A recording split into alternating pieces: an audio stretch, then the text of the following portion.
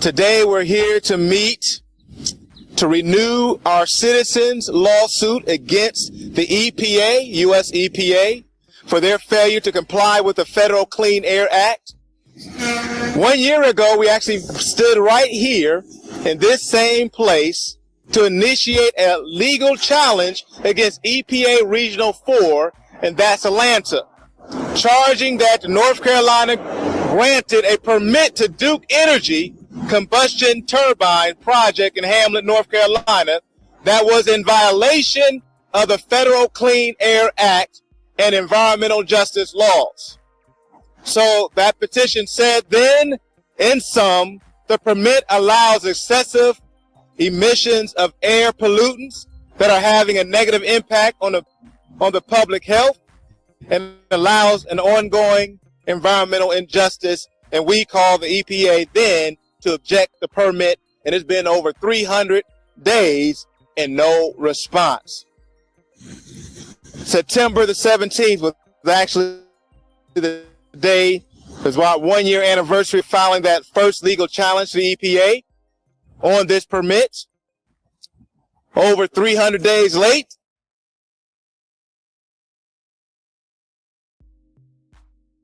still no action. So who is going to hold Duke accountable? It's obviously the state's not holding them accountable. The EPA Regional 4 is not holding them accountable. And the EPA is extremely slow.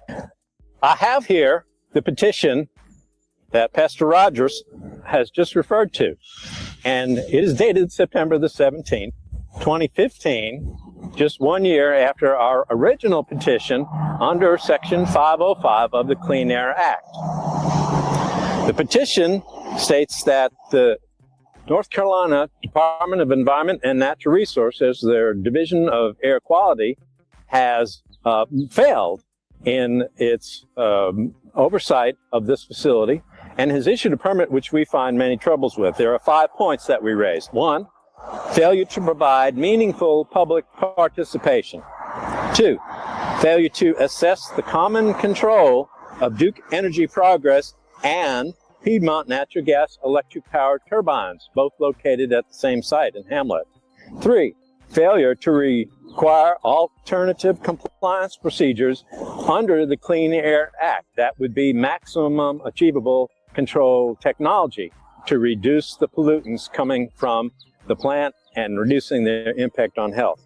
And finally, failure to address environmental justice issues. Lack of EPA response, 300 days, as Pastor Rogers has just pointed out. We submitted that document on September 2014, and over a year later, all we have gotten back is a pro forma or simply a courtesy letter saying, we got your letter, and we're too busy to deal with it. I think it is exactly what characterizes it. Failure to assess common control of Duke Energy Progress and Piedmont Natural Gas. There were several turbines which were removed from the power plant permit, which we dispute, and our petition goes into some length about that very subject. This is an illegal act. The failure to require alternative compliance procedures under the Clean Air Act. The combustion turbines operated by Duke Energy Progress emit enormous amounts of volatile organic compounds. They are powered by liquid fuel, mostly diesel, and more natural gas. Natural gas was supposed to be a cleaner fuel, but it's turned out to be not a cleaner fuel because many thousands of pounds of formaldehyde is emitted into the air every single day that plant operates. Also benzene, a known human carcinogen, in addition to nitrogen oxides and many other compounds which are have a negative effect on human health. There's a failure to address environmental justice issues. The core of environmental justice is that there should not be a disproportionate impact on any ethnic group. In this case, we're talking about population of Richmond County, for example, which is 31% black, which is 41% above the state average, And 28% of the residents live below poverty level compared to the statewide level of 16.8%. In other words, Richmond County has 47% more of its people living below poverty level than other counties in North Carolina. And I just want to add to that, 86% of those that just live within a 6-mile radius of the power plant are African Americans. That's exactly right. The closer you get to the plant, the more stark is the comparison. For example, in the town of Dobbin Heights, That's right. 83% of the residents are African American. 32% of the population is below the poverty line. According to the Richmond County Health Department, Richmond County ranks significantly higher than other counties in the region for a 5-year span from 2007 to 2011 for emergency department visits and hospital inpatient stays, primarily because of asthma. Asthma is directly related to air pollution. We believe, and we have requested from the EPA, that they reopen the Richmond County Combustion Turbine Facility Permit. This is within the power of the United States EPA. EPA is our backstop against a bad job done by the state of North Carolina. So one or the other has to do the right thing here. We also feel that the disproportionate impact should be corrected by a disproportionate amount of pollution control. That is, to make up for the disproportionate impact of the pollution on the community, there should be an extra level of pollution control, and that would be the maximum achievable control technology, which the state of North Carolina has failed to require, and now the EPA seems to be playing cat and mouse with us in terms of their failure to respond. We will not give up until the EPA responds, and we will be doing further things in the upcoming months. Eddie, my name is Deborah David. I'm the treasurer of the Concerned Citizens of Richmond County, a resident of Hamlet, and I want to speak a little bit on Duke Energy. Ever since Duke Energy shifted to natural gas, the pollution has tripled in that county. And I've been living there all my life, and in the past several years, the pollution has got worse. I have an associate, Kim McCall, a member of the Concerned Citizen of Richmond County that live within a half a mile of Duke Energy plant. She's been having respiratory problems in the past year, more than I ever seen. I never known her to have any asthma or any kind of breathing problems until the past year from this pollution coming from Duke Energy. I believe, and she also believes, and other members of our group believe, that the health problems are coming from the pollution that Duke is producing out there in that area. And our group has tried for over a year to make sure Duke and the state is held accountable. But it's shameful that the EPA region has also dropped the ball. What I've seen out there, and I've seen it with my own eyes, I drove out there and I've seen smoke and I smelled the smoke.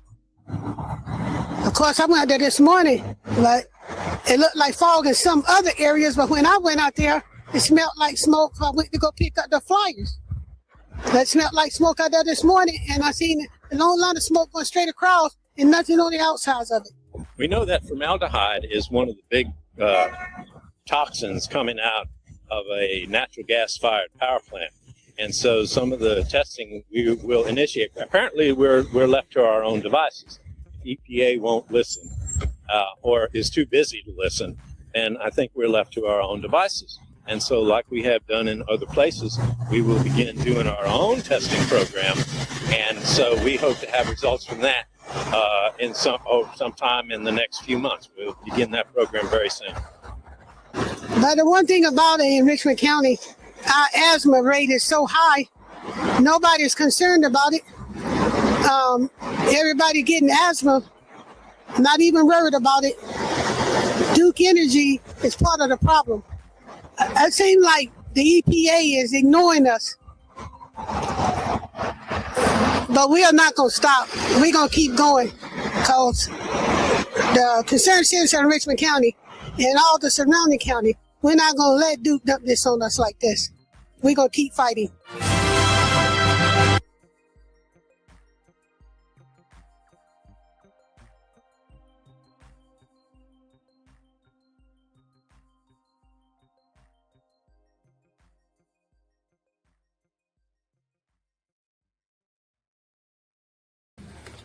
Mr. Sean Ingram from Rockingham in Richmond County. He's a farmer and co-founder of Richmond County Coalition for Justice and Black Empowerment.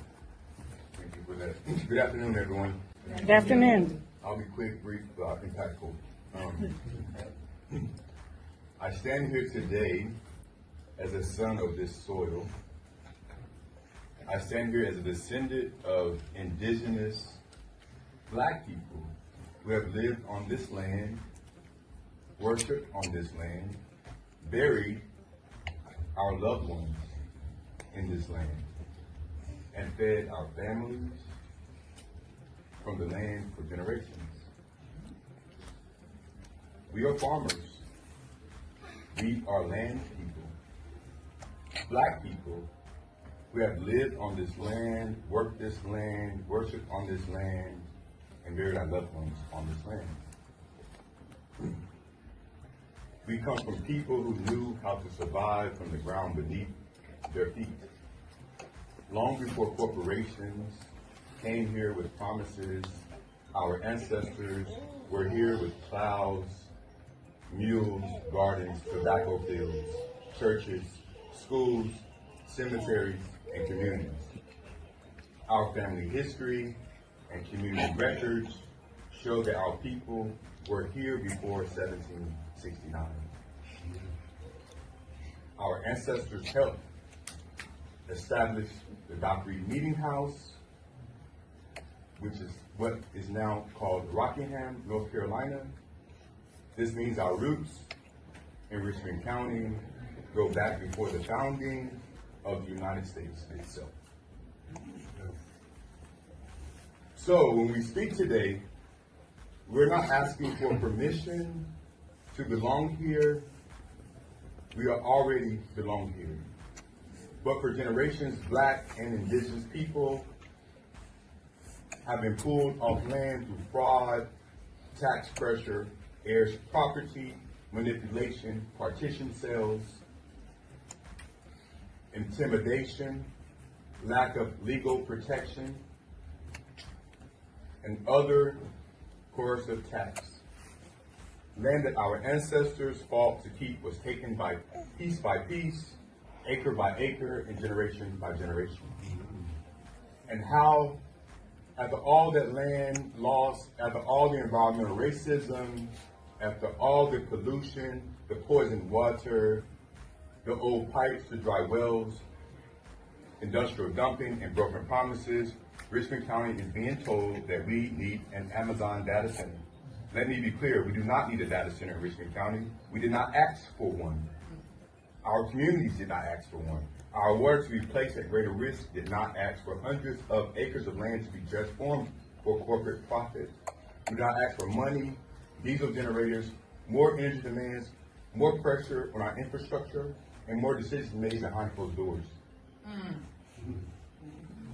My brother, William Ingram, said it plain in his interview, if nobody's going to fight for our land and air and our water, it has to be us. That's right.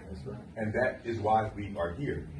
Because this is not just about one project, this is about our survival, this is about whether the original inhabitants of this land will continue to be ignored while outsiders decide what happens to our future. This is about whether our children inherit clean water or corporate waste. This is about whether our elders will be respected or sacrificed. This is about whether our history will be honored or erased. We are not against jobs, we are not against opportunity, but we reject the idea that economic development must come at the expense of Black, indigenous, working class, and farming communities. Most of all, we deserve the right to say no. No to environmental racism, no to corporate land grabs, no to development without consent, and no to sacrificing our water, our farms, our cemeteries, our communities, and our future. We have been demanding justice for generations. We are still demanding justice today. I've lost my grandmother, my grandfather, and my mom due to this. So this water problem is much bigger than Flint, and I said yes. You know, every time they drank sink water, they would vomit. So I knew something was going on before it became a public thing, you know. My whole thing is, it's been well over 12 years why we ain't got no settlement, why they ain't came and told us what the deal is. They're everywhere. All of us have been exposed to them. It's just the fact that people in this community are drinking it. Yes, everybody get out, sign the petitions, work for Cedar Creek in East Fayetteville. Let's get our water back. Since I've lost my grandmother. On one final welcome to Richmond.